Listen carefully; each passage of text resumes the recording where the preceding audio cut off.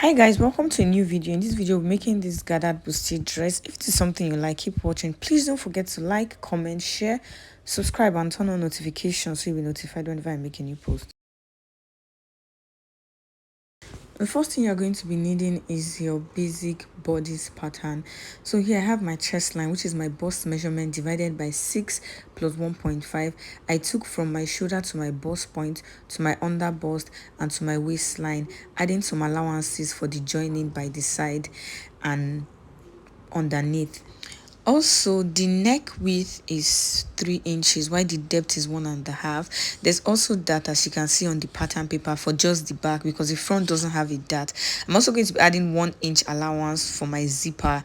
So the next thing I'll do is to place this pattern on a fabric and cut it out. So I used a pin to hold this pattern in place so the pattern won't move as I cut. I've added the 1 inch for the zipper allowance, as you can see, and then I'm just going ahead to trace it out just like you see me doing.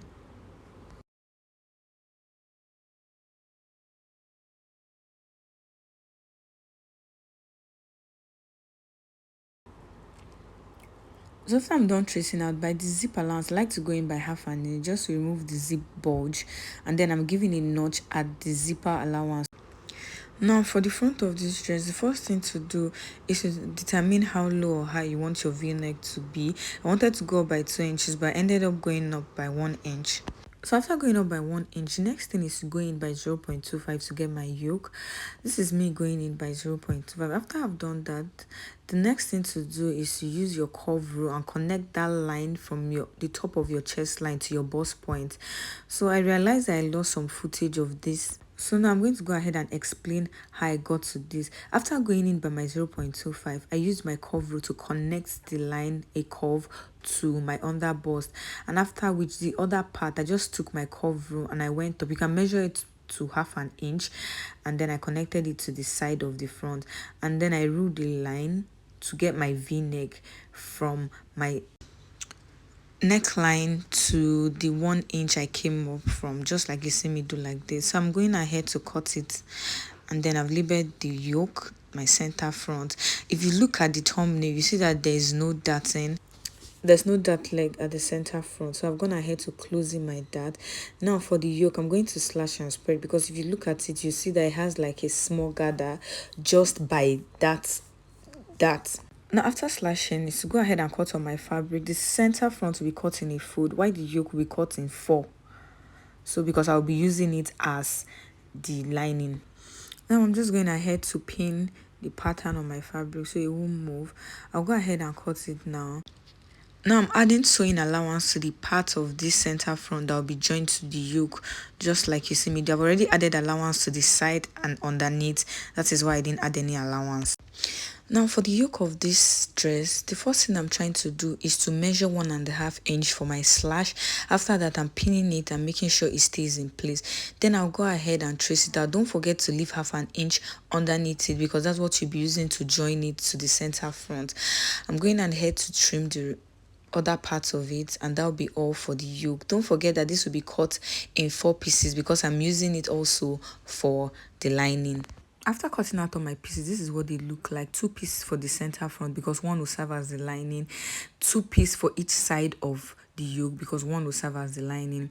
Now I'm going to set it aside and I'm going to work on the back of my dress. Remember, this back has a dart leg, so I'm going to go in and take in my dart. Also cut facing for the neckline and attach the facing, and that'll be all. Now I'm going to bring out the front piece with its lining, and then I'm going to join it by the neck, just like you see me trying to indicate, just like this. After I've done that, I'm also going to go underneath it where I'm going to have my gathers, and I'm going to run a gather stitch. After running the gather stitch, this is what it looks like. I decided to run the gather stitch at the point where I was supposed to have my dart, so it will just be directly underneath the bust. So this is how it looks. I also went ahead to join just the upper part of my center front. This is exactly what it looks like. As you can see, I tried to open it. That's the part that was joined just on top of it. Now the next thing to do is to join the yoke to the center front, and you're going to do it like you are sandwiching the yoke in between the two sides of the center front. So I'm going to pin the first part just like this. You pin it round and then you place the other one at the other side, just like you're putting the bustier yoke in the middle of both the lining piece of the center front and the actual center front. So it's going to be like the center front, the bustier, and the lining of the center front on top of it. That is exactly how it's going to look. I'm going ahead to pin this. This is what it looks like from the front and the back. And that's just the rough part, because at this point I had only just pinned with a pin. So I'm just going to go ahead and go with my machine, and this is exactly what it looks like. As you can see, it looks neat. I'm not exactly happy with this fabric because it doesn't look ironed, no matter how much I've ironed it. So I think it's one of those fabrics that doesn't ever irons. I don't know. Anyways, I'm going to go ahead and join the front and the back pieces together, just like I've always done. I'm going to use the lining of the front piece, place it on top of everything, just like you see me doing like this, and then run a stitch through. So after joining the front and back shoulder to shoulder, this is exactly what it looks like. It came out neatly. The next thing to do is join the both side by 1 inch. And I've gone ahead to do it. This is exactly what it looks like. So this is all for the upper part of this dress. I'll set it aside and then I'll work on the back. Now for the lower part of this dress, I want it to be 20 inches in total. So what I'm going to do is I'm going to divide it into two because it's a double tier dress. One is going to be 9 and the other will be 11. So I'm going to cut 10 for the first one. That's for the length. And then for the second one, I'm going to cut 12.5.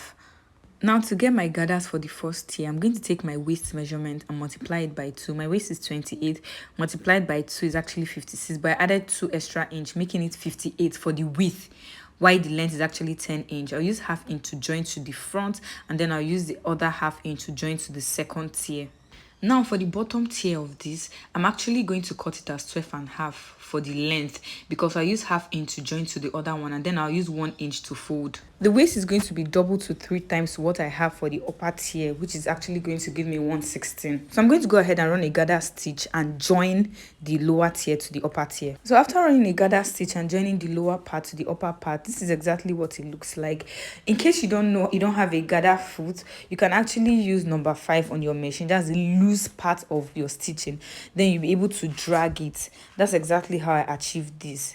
So after I've gotten this, the next thing to do is to get the midpoint of this bottom part.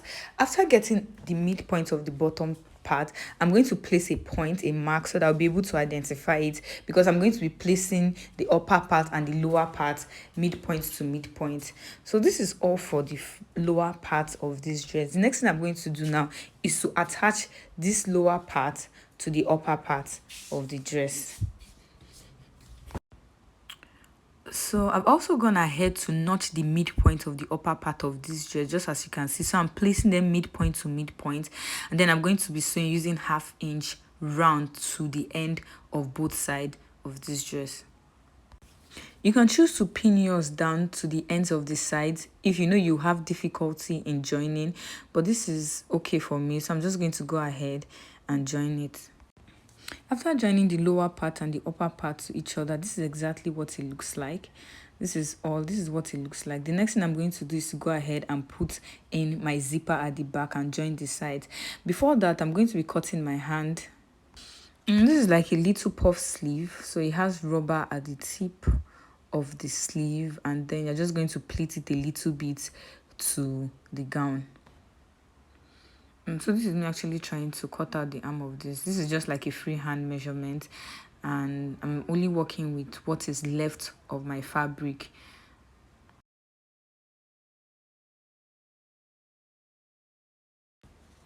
So this is all for the hand of this. I'm trying to place a knot so I'll know the midpoint. This is what it looks like when I'm done. So the next thing to do is to fold so that I can get like a rubber casing for the sleeve. So I've also gone ahead to put a zipper at the back of this dress and also close it to the end of it. So this is exactly what the dress looks like right now. I feel like this dress would have come out better if I used the better fabric. I'll go ahead and join the arm of this. This is what the hand of this dress looks like after putting in the rubber right before I went to place it on the dress. So after sewing in the hand of this dress, this is the finished look. This is how it came out. considering the fabric, I think it came out okay. Please don't forget to like, share, comment, subscribe, and turn on notifications so you'll be notified whenever I make a new post. And see you in my next video. Thank you.